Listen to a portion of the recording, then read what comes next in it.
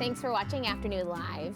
Growing up, were you praised for being easy, mature, and well-behaved? Our next guest says these seemingly positive characteristics can often lead to issues as an adult.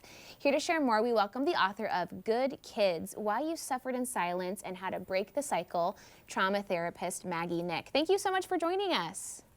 Hi, thanks so much for having me. This is our first time meeting, and I'm like, how do you know everything about my childhood, Maggie? I hear that a lot. Sounds familiar. So let's talk about what happens to these good kids as we grow up and maybe don't kind of speak up for our needs sometimes. Yeah, the good kid is the delight to have in class, the child who's so mature, so responsible, they basically parent themselves, right? We never need to worry about them, nose boop. And they really do, and I was one of them, spend our entire lives recovering. Right? We never feel like we can relax or let our guard down. We're viciously punishing and like mean and critical to ourselves. We can't celebrate our wins because we're already like picking apart what we should have done differently. Anxiety, hypervigilance, and like feeling really bad about yourself. But like on the outside, we're the, most positive, best person, Well, this is a really strong point that good behavior isn't necessarily a reliable indicator of emotional well-being, which on the surface doesn't make sense, but when you dig deeper, like everything you just said, I mean, it all adds up. Yeah, I mean, I kept seeing this pattern as a therapist working with children and adults, and then that was obviously my same struggle. High achieving, extremely successful people who are capable and, crushing life and impressive in our accomplishments and really just taking so much pride in how we never break, how we never need anything, right? Nobody ever needs anything from us. We're never a burden, right?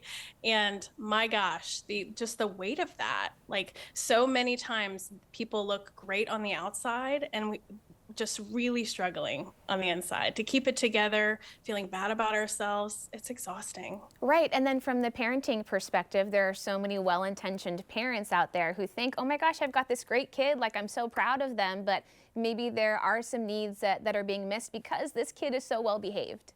I know, right? We worry so much about the bad kid, right? Who isn't bad. But so many parents will call and they're so worried about their child that's being defiant and disrespectful. And I'm like, do you have another kid who's always somehow fine no matter what they're going through? I'm a little concerned about them too, right? Like, are you checking in? Are you asking them, are you actually okay? Like, are you holding it together because you don't want me to worry about you? Are you worried that if you need me, you're going to feel like a burden? Like, we've got to have these check-ins. There are kids that are going to hide stuff and they're going to do anything to avoid disappointing us, letting us down, making us mad. Often if we're carrying, a load with our own stuff or we have a child, right, who's misbehaving a lot, there are kids that are like, ooh, I can't add to that. I've got to be good. They're counting on me. And that's exhausting. Right. So from the parenting perspective, just having those check-ins, even if your kid isn't acting out, that's a great place to start. What about as grown-up good kids? Are there ways that we can break the cycle in our adult lives? Oh, yes. So many things we can be doing. I think the biggest thing, I have 5 adjustments in the book, and there's a parenting side to it and a reparenting, where we're reparenting our inner child. And it's really about standing by our child when they misbehave or standing by ourselves, right? We tend to be like, what is wrong with you?